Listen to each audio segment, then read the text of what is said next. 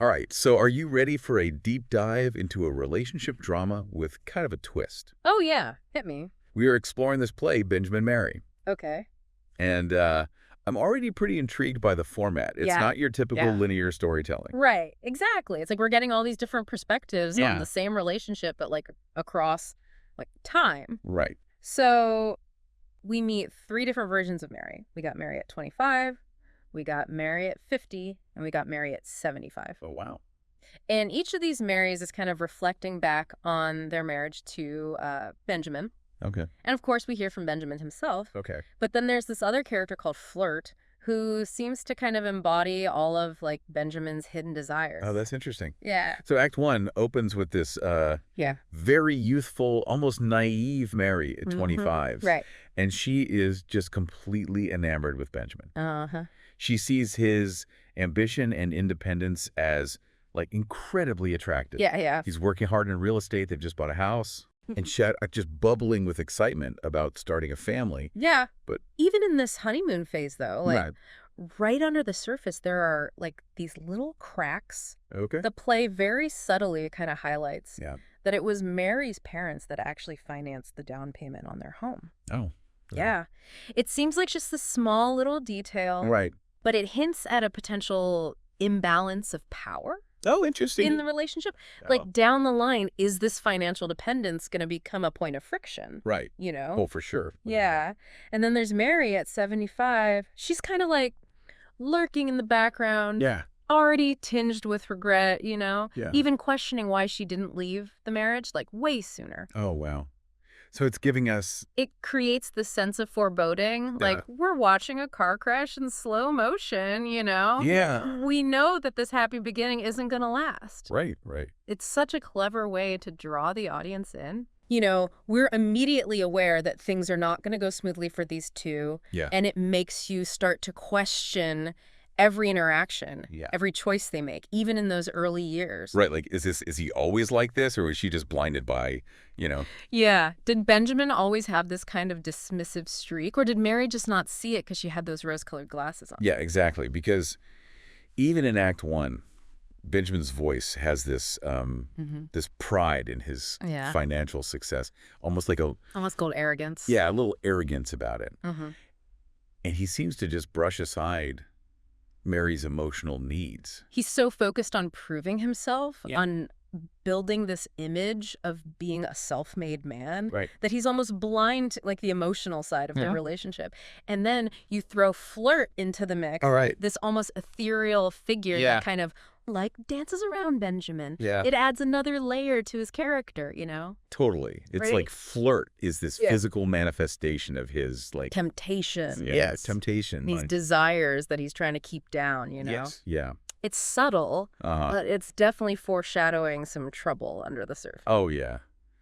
Definitely some trouble. It's interesting the way the playwright puts Mary at 25's naivete Mm-hmm. next to Mary at 75's regrets. Right. It really highlights this theme of lost innocence. Yeah. Like how time and experience can like completely change how we see love and Right. relationships, you know? It makes you wonder, like, if Mary at 25 could see her future self, Right. would she make different choices? Absolutely. And then there's Mary at 50, who is Yeah. just downright cynical and frustrated. Oh, yeah, she is. She's sharp-tongued. She's making all these cutting remarks about Benjamin's workaholic tendencies. Right. She even hints at infidelity. Right. You can just feel the distance that's grown between them. It's like she's looking back at her younger self with, like, pity and anger. She's become jaded, right, disillusioned by the reality of this marriage. And her bitterness is almost, like, palpable. Right. You can sense that she's carrying all this weight Yeah. of unfulfilled dreams and, like, unspoken resentments. Right. It really makes you wonder, like, what happened Yeah. in those missing 25 years What to happened? make such a dramatic shift, right? Yeah. Well, that's where Act 2 takes us. Okay. And trust me, things get even more complicated. I'll bet. Yeah. Buckle up. Yeah, Act 2, it feels like a real turning point in Yeah. the play. You know, it Yeah. kind of shifts away from that early romantic phase, Yeah. and it really starts to dig into the consequences of these long-term choices, Okay. especially all these financial schemes that Benjamin gets caught up in. You're right. It's like the honeymoon is officially over. Yeah. Reality sets in, yeah. And it's interesting how Mary at 50 kind of gets reluctantly dragged into all of Benjamin's risky ventures. Remember, she's a successful lawyer by this point. Yet we see this underlying power dynamic Yeah. where he's still relying on her family's money and connections. It's almost like he's built his success on like a foundation of sand. Right. And now that foundation is starting to crumble. Yeah. And as the pressure mounts, Yeah. all those unspoken debts and resentments, Right. they really come to the surface. It gets pretty ugly. Oh, yeah. A lot of blame being thrown around.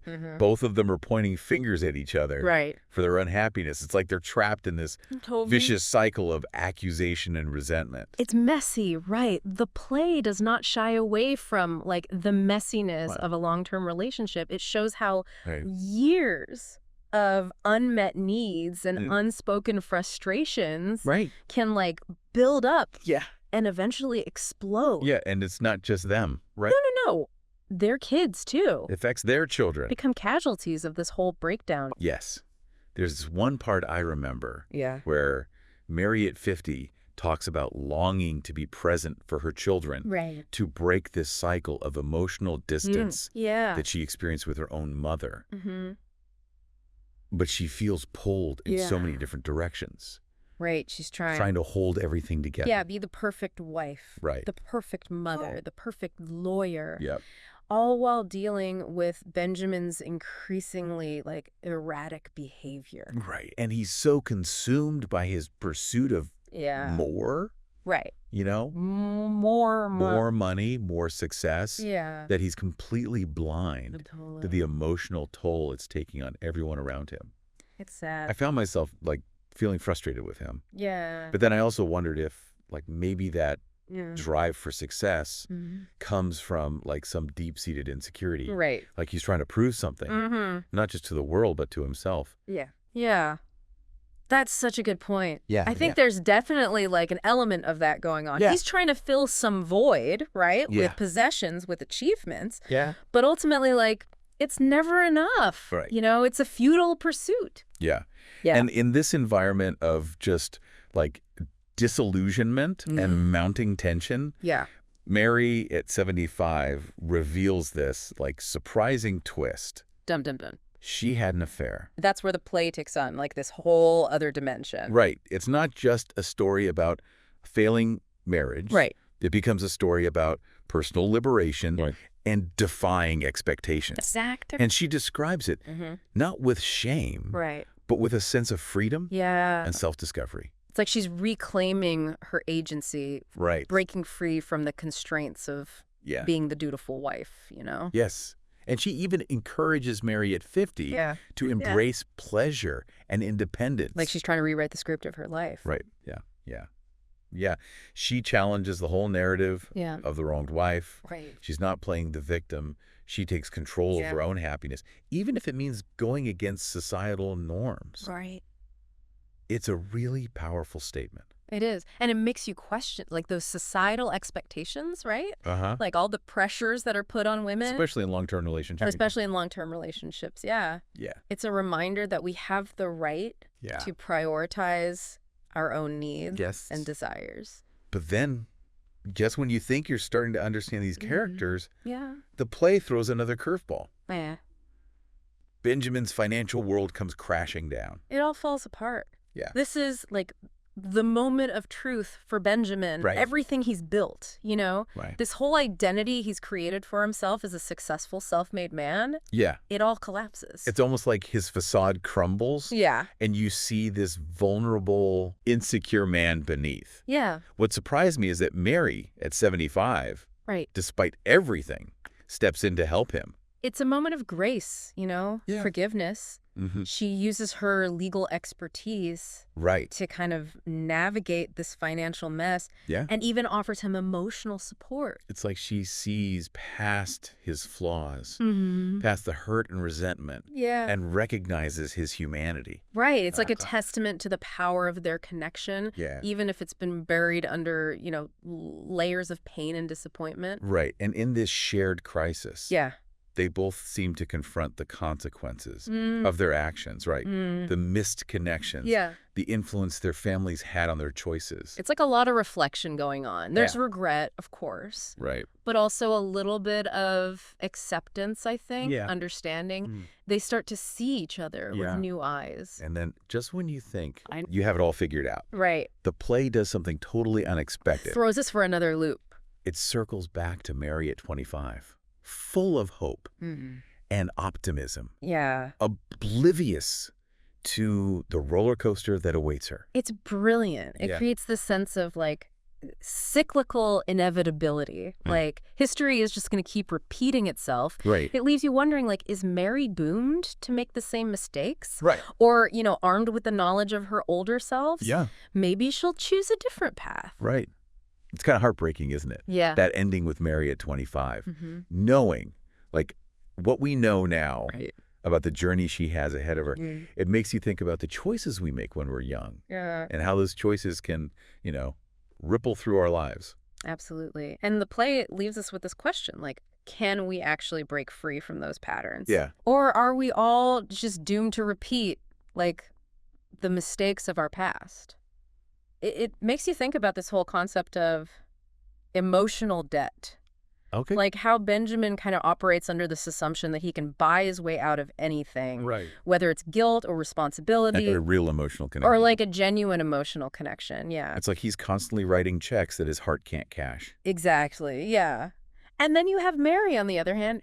She's burdened by this sense of obligation, staying in the marriage for the sake of the children, even when her own happiness is just eroding away. It really raises that question of, what do we owe ourselves in a relationship? At what point does self-sacrifice become self-sabotage? Exactly. The play doesn't really give you the answers, but it does. It definitely makes you think about it. It makes you think. It makes you examine your own motivations, expectations in your relationships. Absolutely. And then there's that final song, Letting Go. It feels like it's a message for both the characters and the audience. It's like the playwrights reminding us that true freedom is letting go. Letting go of our need to control, to judge, to cling to what's not working for us anymore. Letting go of the past. Embracing the future. Embracing the uncertainty of the future, Finding peace in the present moment. That's what makes it so impactful. It's not just this story about one couple. It's about, universal truths. About love, commitment, regret. It's about the human condition, Yes. This deep dive has definitely given me a lot to think about. Yeah, me too. I keep coming back to that question Mary at 75 asks. Why didn't you leave sooner? Such a good question. It's the question we all need to ask ourselves, right? At some point, Are we staying true to ourselves, or are we settling? Are we settling for less than we deserve? I think what the play is saying is that it's never too late. It's never too late. To course correct. It changed, to grow, to forgive. Beautifully said. Well, that about wraps up our deep dive into Benjamin Mary. I hope you enjoyed this conversation as much as we did. Until next time, keep diving deep.